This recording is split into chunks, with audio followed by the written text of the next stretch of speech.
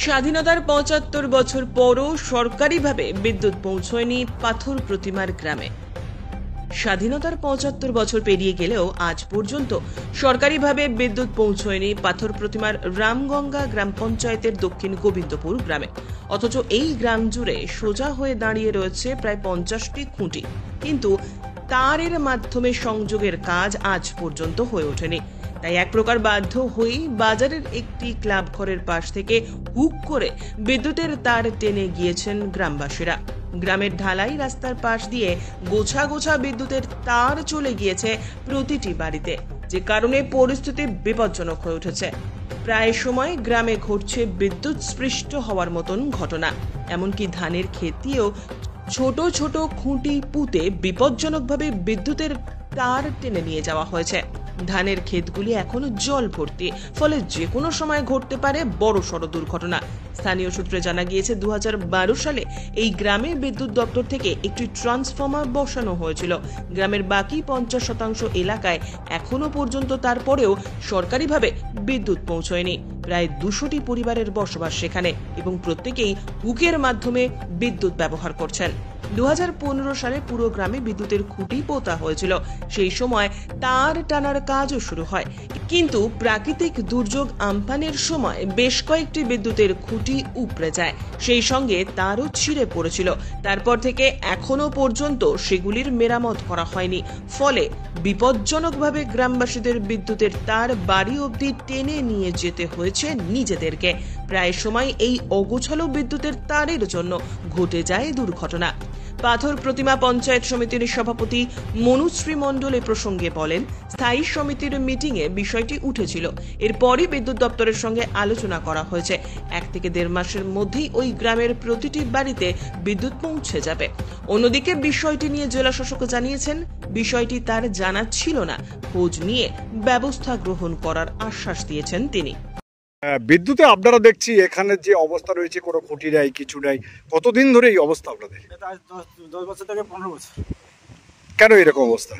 তাদের উপর থেকে যদি কোনো লাইন নেই করে আমরা কি বলবো? আমাদের বললে তো কথা কিছু বলে এই বারবার দেখিয়া যায়, কিন্তু কাজের কাজ হয়। আমার এই অবস্থা চলছে। মাঝে মাঝে একটা দুটো পোস্ট আছে দেখা যাচ্ছে। পোস্ট আছে, পোস্ট ভেঙে থাকে, আমার পোস্ট কিনে দিয়েছে, অথচ কাজ হয়। কি করবো? আমরা কি করতে পারি? কারণ দেখেন আমাকে গোবিন্দপুর কোটায় পরিস্থিতি। কত ঘর বাড়ি রয়েছে? প্রত্যেকে এইভাবে চলে হুবড়ে। আমাদের দিকটা শিব মন্দিরটার দিকটা ওই দিকটা একটু পরিবর্তন হয়েছে, দক্ষিণ দিকটা এইরকম অবস্থায় আছে। আর এই তো গতকাল তো একটা ছেলে তো মারা গেল। এর আগে গত বছর একটা ছেলে মারা গেল আমাদের বৈশাখ মাসের দিকে। সেও বিয়ে করেনি, উচ্চ মাধ্যমিক দিয়া। আপনারা কি চাইছেন? আমরা কি চাই? যেরকম সুস্থভাবে হোক, আমার পয়সা দেবো, ন্যায্য কাজ যাতে জীবন চলে, যাতে আমাকে ফ্রি পয়সা কাজ করে লাভ হবে, ক্ষতি হয়। আর লোক আইলে আমাকে তার কৈফত দিতে হবে। কি কৈফতের কি দরকার আছে? পয়সা দেবো, ন্যায্য রাস্তায় হাঁটবো, সেটা তো ভালো কথা না। আপনার নাম? আমার নাম ক্ষুদিরাম মণ্ডল। প্রায় আজ থেকে 15 বছর ধরে এইরকম আমাদের চলছে। কোনো বিদ্যুতের খুঁটি দিয়েছিল, কিন্তু খুঁটিগুলো ঝড়ে পড়ে গেছে, তার সত্ত্বেও লাইন টাঙানো হয়নি। যে খুঁটি ফেলে দিয়েছে, কিন্তু এখন খুঁটি পোতা কাজ শুরু হয়নি। তো আমরা কীভাবে অন্ধকার থাকবো? পাশে আমাদের থানা, বিডিও অফিস, অঞ্চল অফিস, তারা কোনো কিছুই করছে না। আমরা 1-2বার কারেন্ট অফিসে কাগজ জমা দিলাম, মিটারের জন্য অ্যাপ্লিকেশন করেছি, তা সত্ত্বেও আমাদের এরকম অবস্থায় তার লোকজনরা সব হুমের কারেন্ট নিয়ে এসছে, গোটা লাইন কাটা ফাটা, দুদিন ছাড়া লোক কারেন্টে শর্ট খাচ্ছে, মারা যাচ্ছে, গরু বাছুর ছাগল, চারিদিকে আমাদের এরকমই হুপে কারেন্ট চলছে। কতদিন ধরে বা মানে এইরকম অবস্থায় আছেন আপনারা? প্রায় 15-20 বছর। কত ঘর হবে? 500-700 ঘর হবে এরকম আমাদের। পুরো গোবিন্দপুর এলাকাটা এরকম হতেই চলছে। 1-2টো বাড়ি হয়তো কাছাকাছি কোথাও মিটার আছে, তবু জানি না আমরা, আমাদের এরকমই চলছে। বর্ষাকাল হলেই প্রচুর অসুবিধা, গাছে বাছে সব খুঁটি ভালো খুঁটি না, সব হুপের লাইন নিয়ে গেছে, হাত দিলে কারেন্ট শর্ট, ছোটো ছোটো বাচ্চা, তাদের একটু প্রবলেম হয়। কি চাইছেন আপনারা? আমরা চাইছি যাতে এইসব বন্ধ করে, হুপের লাইন বন্ধ করে যাতে তাড়াতাড়ি আমাদের মিটারগুলো দেয়। আপনার নাম? আমার নাম দীপঙ্কর মণ্ডল। আমরা অনেকে ভয় আছি, প্রচুর আতঙ্কে আছি, কারণ কারেন্টটা এমন আসছে আমাদের এদিকে লাইনটা দিচ্ছে না। যদিও পোস্টটা পুঁতে দিয়ে গেছে, তাও আমফান জোরে ভেঙে গেছে, তাও এসে সাইজ করে দিয়ে যায়নি। কত বছর এইরকম অবস্থা? 15 বছর, 20 বছর, 15-20 বছর।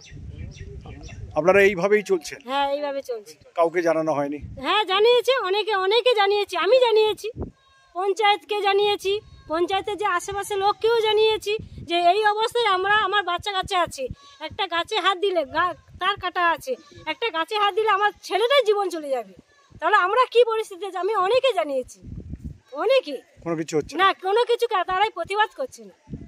আপনার নাম? আমার নাম জবারানী মণ্ডল। এটা আমরা দপ্তরের সঙ্গে আলোচনা করেছি, তো আমাদের স্থায়ী সমিতির মিটিংয়েও এটা উঠেছে এবং আমরা চেয়েছি যে ওটা খুব তাড়াতাড়ি 1 মাস 1.5 মাসের মধ্যেই ওটা যতটা সম্ভব আমরা কমপ্লিট করার চেষ্টা করব, ওখানে যাতে সবাই মিটার পেয়ে ভালোভাবে এটা বিদ্যুৎটা ব্যবহার করতে পারে, যাতে না হুকিং করতে হয় মানুষকে। এটা আমরা পাথরপ্রতিমা পঞ্চায়েত সমিতি উদ্যোগ নিয়েছি। আচ্ছা দিদি, মানে বারে বারে আমরা বিদ্যুৎ দপ্তরে জানানোর পরেও এখনো পর্যন্ত লাইনটা ওখানে টানানো হয়নি। দিদি বারবারই বলছে প্রত্যেকের বাড়িতে বিদ্যুৎ থাকবে, উন্নয়নের রাস্তায় পড়ে রয়েছে, এখনো আপনাদের এই বিডিও অফিস, অঞ্চল অফিসের কাছাকাছি এরকম পরিস্থিতি কেন? আমরা বারে বারে দপ্তরকে জানাচ্ছি এবং আমাদের বিধায়ক সাহেব এবং আমাদের বিডিও সাহেবও তদারকি করছেন, আমাদেরকে নিয়ে বারে বারে মিটিংও করা হচ্ছে, প্রতিবারে বলছে হ্যাঁ আমরা করে দেবো, আমাদের টেন্ডার হয়ে গেছে, কিন্তু এখনো পর্যন্ত সুরাহা হয়নি। আপনি কি চেষ্টা চালাচ্ছেন? হ্যাঁ অবশ্যই, আমরাও চেষ্টা চালাচ্ছি। আপনার পরিচয়? আমার নাম প্রভাত কুমার সেনাপতি, প্রধান রামবাবু গ্রাম পঞ্চায়েত।